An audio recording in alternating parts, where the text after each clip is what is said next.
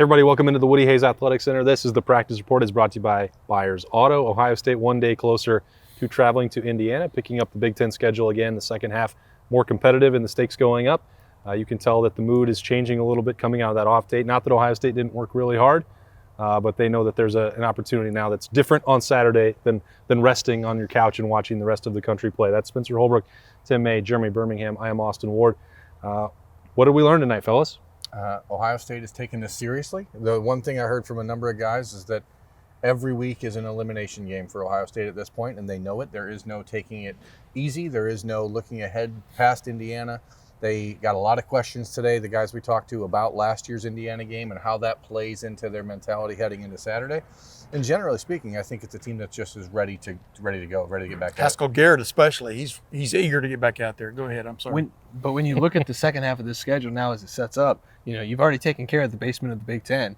Your 6 remaining games are against 3 top 10 teams, a ranked Purdue team, and a road trip to Nebraska that's not going to be easy. I mean, and then at Indiana, which is also a night game on the road. And so there's not any place to even consider letting up, really. I mean, they're usually sprinkled into the schedule, there's a couple where you think, okay, like this is a little bit of a get-right game. There are none of those in these last 6 games, and I think that's a good thing for Ohio State in a sense, because it's one of these things where you're not going to be able to let up, even if Purdue's not going to give you a challenge, if Indiana's not going to give you a challenge, Nebraska too.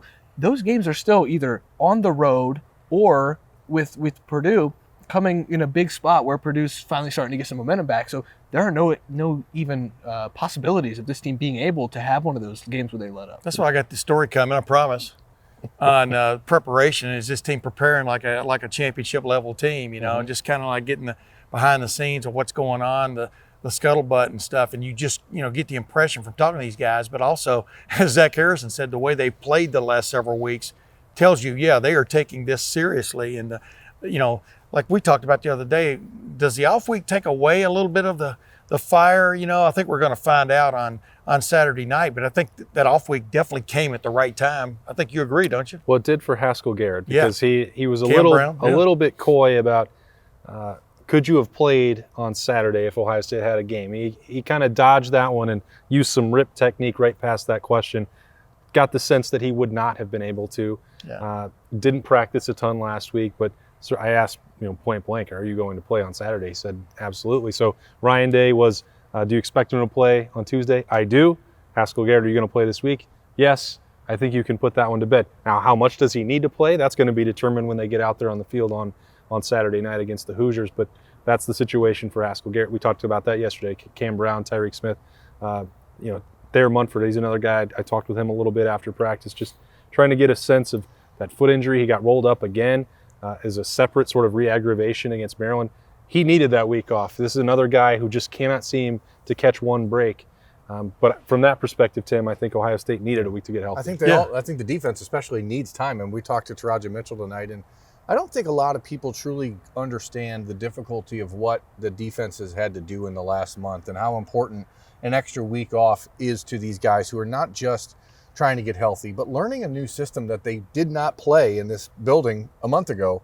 And then you couple that with the fact that it's a bunch of young guys coming back from injury. You have all these linebackers like Steele Chambers and Tommy Eichenberg and Cody Simon, who never really played before. And I think it came at the exact right time to build off the confidence that they'd had against Rutgers and Maryland, and to keep that going forward, gaining knowledge about what they're doing. Absolutely. And when you look at the way they've been playing defense, yes, it's been completely new and different and stuff we haven't seen, but it's still been a pretty vanilla base style of what this defense could be. I think with this extra week, you probably see them put some new stuff in to build off of that kind of thing, because you've had to play 4 straight games with a new system, like you said, Berm, that you had never learned or practiced before.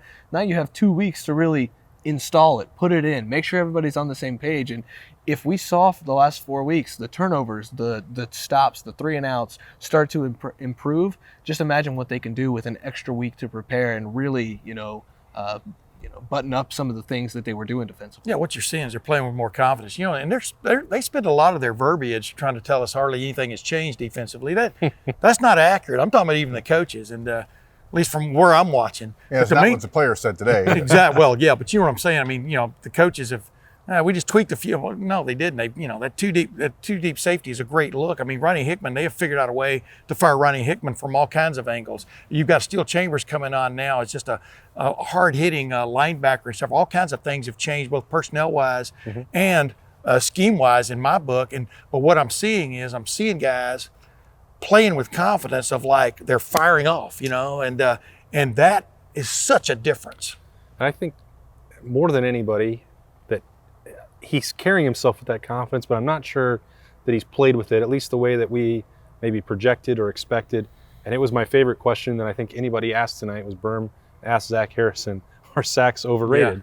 Because there are plays where he's making an impact and he's getting near the quarterback. And we've heard Larry Johnson talk about this in the past, that getting pressure can be just as valuable if it leads to something else. But for him, with what he has at stake personally, professionally, what Ohio State's pass rush needs to achieve down the stretch against better teams, what was his answer, Berm? He said, no, they're not overrated. And I was actually trying to give him an out. Yes. Yeah, that was interesting. You did. I wanted him to say, I'm doing my job, I'm getting there. And he is doing his job, and he is getting there, and he is disrupting plays, but he's not finishing it. And I asked him, how do you practice that? Because you don't get an opportunity to do that in practice. You can't go after your own quarterback. So you run around, you touch him, and then like that's what he's doing on Saturdays. He's running around and touching guys, but these guys, the whistle's not blowing. So now you have to finish it. And for a guy like Zach Harrison, it's always been so much upside, so much talent, and now it's not just.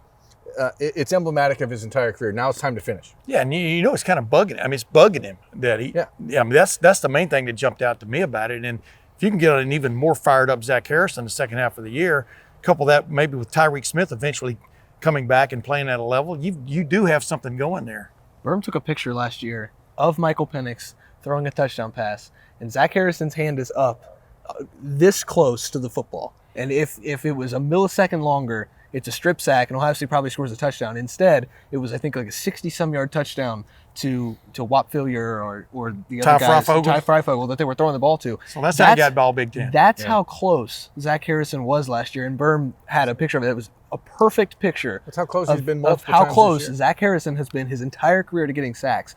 And you just sense that the switch, we've talked about, is he ready? Has the switch flipped? I don't know. Something about tonight, the confidence, the readiness. I don't know. Something just seems like he wasn't dodging the responsibility to handle it. That's exactly right. To me, it's the anger.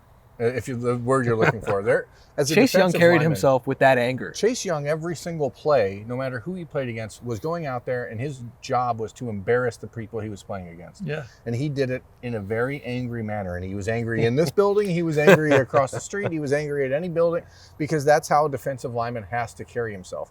And we talked about that before the season. This defensive line group is obviously being counted on, but there hadn't been a lot of proof in the proverbial pudding at that point. And it's a bunch of really nice guys. Yeah. It's a bunch of really great kids. And that switch that you're talking about has to be flipped when you blow the whistle on Saturday. And at that point, you have to stop being a nice guy. I think that's the interesting part about the Zach Harrison development that we talked about in the offseason, that he was finding his voice, that he had this great personality, and he is a really good-natured kid. We would have thought during his recruitment or during his freshman year when he wasn't talking that he was no nonsense, Chase Young, gonna go get it on every single snap. That turns out that wasn't his personality.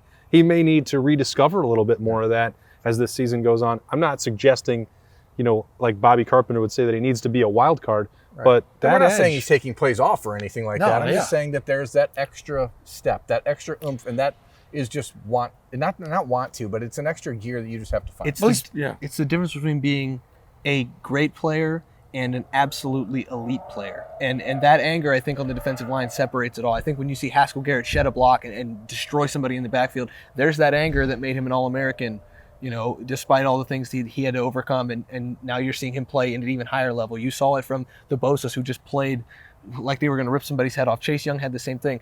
To be great is one thing. You can be a great guy and be great. You have to play really pissed off to be elite. And I think that's the next step for Zach Harrison. He's playing really well. He knows it, though. I mean, he talked about it in the spring. That was going to be the big difference in him, is just to get after it. And there's no doubt about it. This guy's a great athlete. I mean, yeah. And but But if he can just add that little bit more fire, I don't even know if fire is what's missing. Who knows what's really missing? But he knows something's missing, and he wants to add that this second half of this regular season. All right, the last part, the stuff that we really enjoy, being back in here again after 1 year away, and the normalcy of being in a practice on Wednesday night and watching them leave the field. The last 4 guys that caught my eye tonight, they stayed on the jugs machine. That's to catch passes. That's not anything else, Tim. Correct. 4 guys catching passes. Cam Babb over there monitoring as Jaden Ballard, Marvin Harrison Jr., and Emeka Egbuka. Last 4 guys. So future's in good hands, pun intended there. These guys, I like that. We talked with, if Chris Olave's doing it Tuesdays before practice, now we've seen it Wednesday after night with these young guys. They're putting in the work, and that wide receivers group, they can only get better too. Like Tim has been waiting for Marvin Harrison to get that opportunity. We've talked about throw him the ball, Egbuka and kickoff returns, and Jaden Ballard I don't think should be overlooked in that mix either. So there's still more that can be added. I'm not suggesting that Ballard's been targeted more in games than Marvin Harrison. That's been surprising. Was it Terrell Owens or was it Randy Moss? Just throw me the damn ball. Which one? Keyshawn. Keyshawn. That's right. Keyshawn Johnson. Now, I don't see a lot of that for Keyshawn Johnson now a moralist. But go ahead. I just thought it was interesting to note that with these guys because they could easily be frustrated with their roles. They're behind 3 of the probably, I'm going to borrow something from Spencer here, top 3 or top 6 wide receivers in the country, but probably top 3. I think the second half of this regular season could be so interesting to watch. I mean, I'm very eager to watch how this offense continues to blossom. I mean, don't you agree? They got a quarterback who's playing with confidence, and it's probably going to get better. They are going against stiffer competition to a certain extent, but just to see who's going to next emerge is crazy because they've got great players already. Yeah. But anyway, the point was that those guys could easily have packed in and be upset about their role because they have to sit and watch.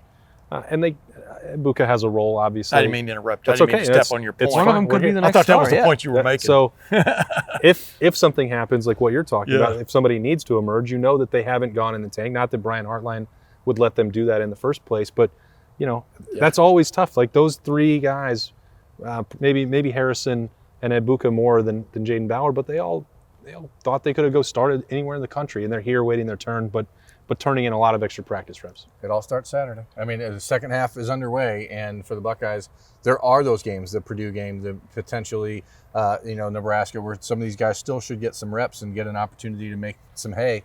And I'm just ready to get to Bloomington. Let's do it. We're going to hit there at the road on Friday. Make sure that we can get nice and early and settle over. Maybe have some road beers to get ready for a big one on Saturday night in Bloomington. Ohio State at Indiana. Full coverage of that, as always, at lettermenrow.com and here on our Lettermen Row YouTube channel as part of the On3 Network. That's Spencer Holbrook, Tim May, Jeremy Birmingham. I am Austin Ward. Thanks for joining us for the practice report. It is brought to you by Byers Auto. We will see you Saturday night in Indiana.